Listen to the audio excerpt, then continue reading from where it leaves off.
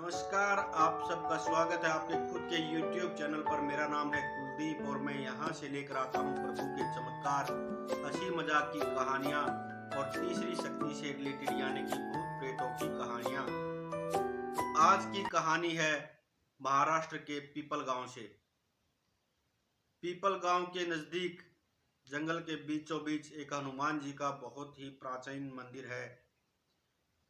इस मंदिर का यही नहीं पता कि इस मंदिर का निर्माण कब हुआ था, कैसे हुआ था, किसने किया था।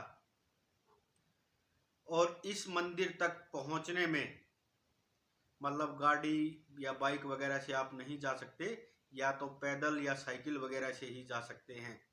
और इस मंदिर तक पहुंचने में ही आपको बहुत से अनुभव हो जाएंगे।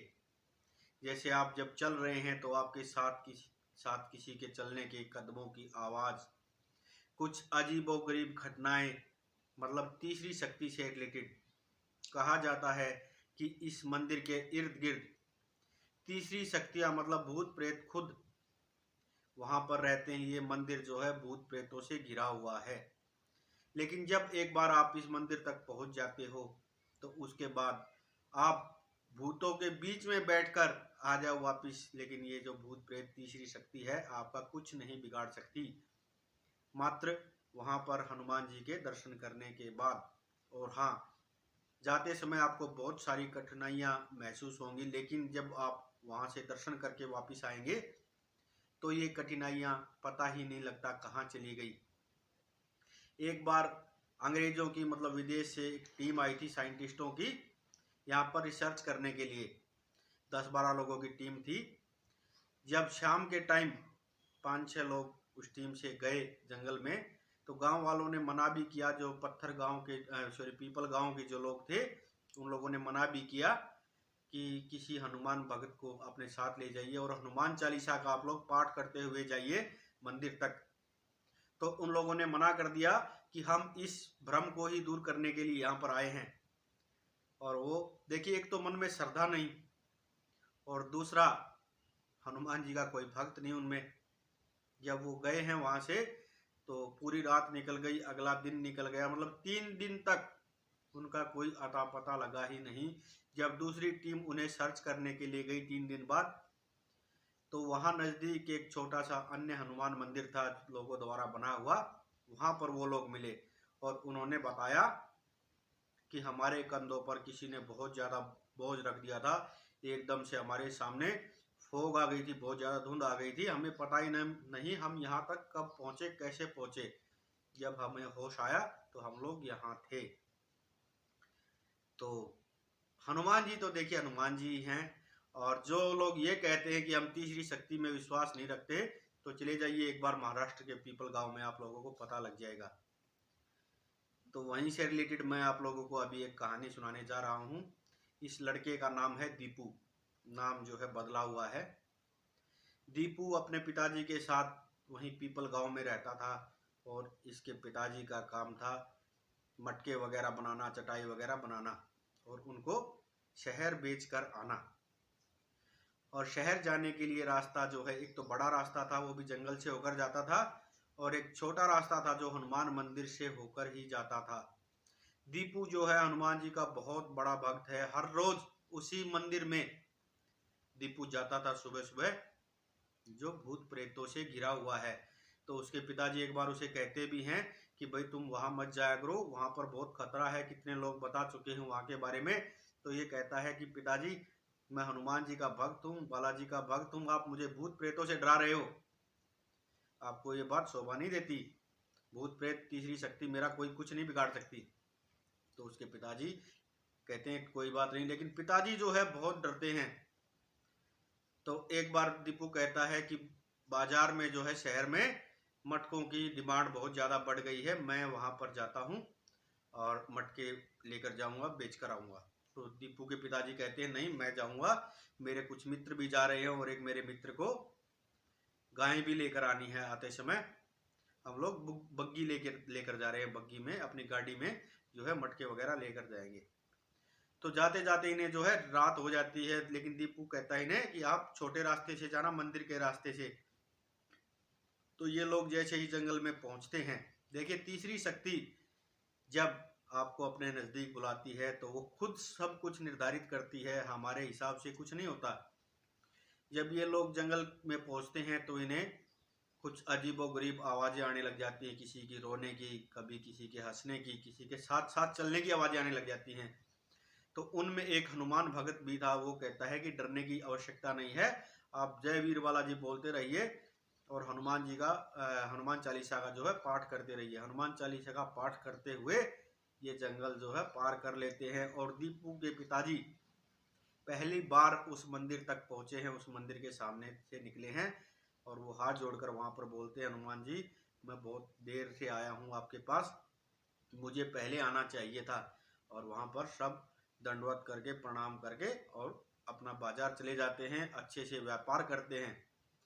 और जिस मित्र को गाय लेनी थी वो गाय भी लेता है और आते समय जो है इन्हें फिर से रात हो जाती है। और रात में जब ये जंगल में पहुंचते हैं, और हाँ एक चीज़ और मैं यहाँ पर आपको बता देता हूँ कि जो गाय है ना, गाय माता को तीसरी शक्ति का एहसास सबसे पहले होता है। जब भी आप कभी गाय को अजीब तरह से सींग मारते हुए देखो या मतलब अजीबोगरीब हरकतें करते हुए देखो, अजीब सी आवाज़ निकालते हुए देखो, तो समझ जाना या तो कोई तीसरी शक्ति करवट बदल रही है या मतलब एक जगह से दूसरी जगह वो जा रही है, क्योंकि गाय को सबसे पहले दिखाई देती है ये चीज़। और दूसरे नंबर पर दिखाई देती है कुत्तों को। कभी आपने नोटिस किया हुआ, बोलते हैं ना कि कुत्तों का रोना जो है बहुत बड़ा अपशगुन है। रात में जब ये कुत्ते रोते हैं तो इन्हें अक्सर जो है तीसरी शक्तियाँ दिखाई देती हैं, इसीलिए कुत्ते रोते हैं। तो आते समय जो है इन्हें फिर से रात हो जाती है जंगल में, लेकिन इनके मन में विचार आता है सबके कि हम जंगल में तो आए हुए ही यहाँ से कुछ फल और तोड़ लेते हैं, वहाँ पर घर पे जो है बच्चे खाएंगे और लोगों को बांट देंगे, हम कुछ फल तोड़ लेते हैं। तो ये जब फल तोड़ने लग जाते हैं तो इन्हें कुछ अलग सी अजीबोगरीब सी आवाज़ें आने लग जाती है। मंदिर से काफ़ी दूर हैं ये लोग और वो आवाज़ जो है दीपू के पिताजी को सबसे पहले सुनाई देती है। दीपू के पिताजी कहते हैं कि भाई मैं जो है मैं घर जाऊंगा, आप लोग फल तोड़ लीजिए, आप जो लेकर आएंगे मैं उसी में से ले लूँगा, मेरे को घर जाना है। तो इनका जो मित्र वो कहता है ठीक है तुम चलो, ये गाय पकड़ो गाय का रस्सा और गाय को लेकर चलो, हम लोग आ जाएंगे। ये जब चलता है तो इसके कंधों पर बहुत ज़्यादा वजन बढ़ जाता है, एक हाथ से गाय को पकड़े हुए है और कुछ फल जो है इसके हाथ में है। इसके कंधों पर वजन बढ़ने लग जाता है, कुछ इसके कपड़े जो है एकाएक गीले होने शुरू हो जाते हैं और गाय भी जो है इससे छुड़ाकर गांव की तरफ भाग जाती है एकदम से डर के। और इसके हाथ में जो दो चार फल थे वो गिर जाते हैं। जब ये फल उठाने लगा तो उस फल के पास इसको किसी के पैर महसूस हुए, मतलब और वो पैर कम से कम मतलब एक आम इंसान से 4 गुना ज़्यादा बड़ा था और ये वहीं पर बेहोश हो जाता है। जब इसे होश आया तो ये अपने घर पर था। इसे बहुत तेज बुखार है, तबीयत बहुत ज़्यादा खराब है। दीपू जो है वैद्य जी को लेकर आता है। वैद्य जी कहते हैं कि भाई बुखार इन्हें बहुत ज़्यादा है और तीसरी शक्ति मतलब जब ये चीज़ हमारे आसपास या हमारे शरीर, ये चीज़ें शरीर का सहारा लेती हैं, जब ये चीज़ हमारे शरीर के अंदर होती है तो सबसे पहला सिम्टम्स जो है, सबसे पहली पहचान बुखार बहुत तेज़ होता है। और दूसरी पहचान जो है भूख भी बहुत ज़्यादा लगती है। मतलब मान लो आप हर रोज़ 2 रोटियां खाते हो तो उस समय आप 15, 20, 30, 35, 40 रोटी तक खा जाओगे। ये होती है तीसरी शक्ति की पहचान। तो वैद्य जी पूछते हैं कि इन्होंने कुछ खाया है, तो दीपू बताता है सुबह से 30-40 रोटियां खा चुके हैं और दूध भी कम से कम 10-12 लीटर पी चुके हैं वैद्य जी। तो वैद्य जी पूछते हैं वैसे ये कितना खाते हैं, दीपू बताता है सिर्फ 2 रोटियां। तो वैद्य जी कहते हैं भाई हमारी समझ से बाहर है, शहर में जो है डॉक्टर, जो बड़े डॉक्टर हैं उनको दिखाओ, उनसे दवाई लेकर आओ, तभी इनका कुछ हो सकता है। समय जो है शाम का हो गया है, बारिश हो रही है। दीपू जो है कहता है मैं अभी शहर जाऊंगा, मेरे पिताजी की तबीयत जो है बहुत खराब है, गांव वाले मना करते हैं। तो दीपू कहता है देखिए मैं हनुमान जी का भक्त हूँ, कोई भूत प्रेत मेरा कुछ नहीं बिगाड़ सकता, मैं अभी जाऊंगा। और बात यहाँ पर मेरे पिताजी की जिंदगी का है, जिंदगी का सवाल है मेरे पिताजी की, तो मैं अभी जाऊंगा, मुझे कोई नहीं रोक सकता। ये अपनी साइकिल उठाता है और चल पड़ता है। जब ये जंगल के बीचों बीच पहुंच जाता है तो इसकी साइकिल पर कोई बैठ जाता है। ये दोनों पैरों से खूब जोर लगा रहा है, लेकिन साइकिल आगे सरक नहीं रही है। दीपू समझ जाता है, लेकिन ये हनुमान जी का नाम लेते लेते धीरे धीरे चल रहा है कि बस एक बार हनुमान मंदिर तक पहुंच जाऊं, फिर कोई दिक्कत नहीं है। इसको पीछे से आवाजें आने लग गई हैं कि दीपू तुम कहाँ जा रहे हो? तुम्हारे पिताजी के साथ तो हम 3 लोग हैं, और तुम जब तक शहर जाओगे तब तक तो हम उन्हें अपने साथ ले जाएंगे। लेकिन दीपू को पता था कि वापस मुड़कर नहीं देखना होता। दीपू ने वापस मुड़कर देखा नहीं और ना ही कोई जवाब दिया, और धीरे धीरे साइकिल को खींच रहा है। इसके कपड़े गीले होने शुरू हो गए हैं, इसके साथ साथ किसी के पैर दिखाई दे रहे हैं, लेकिन दीपू वापस मुड़ के देख नहीं रहा है। पूरी हिम्मत से दीपू चल रहा है, और इसको सबसे ज्यादा महसूस तब हुआ जब इसकी गर्दन के पास से खून आना शुरू हो गया। ये पूरी हिम्मत लगाकर तेजी से अब मंदिर की तरफ बढ़ने लगे, और जैसे ही ये मंदिर में पहुंचता है, सब आवाजें एकदम शांत, सब जो एक्टिविटी वहां पर हो रही थी सब शांत हो जाती है।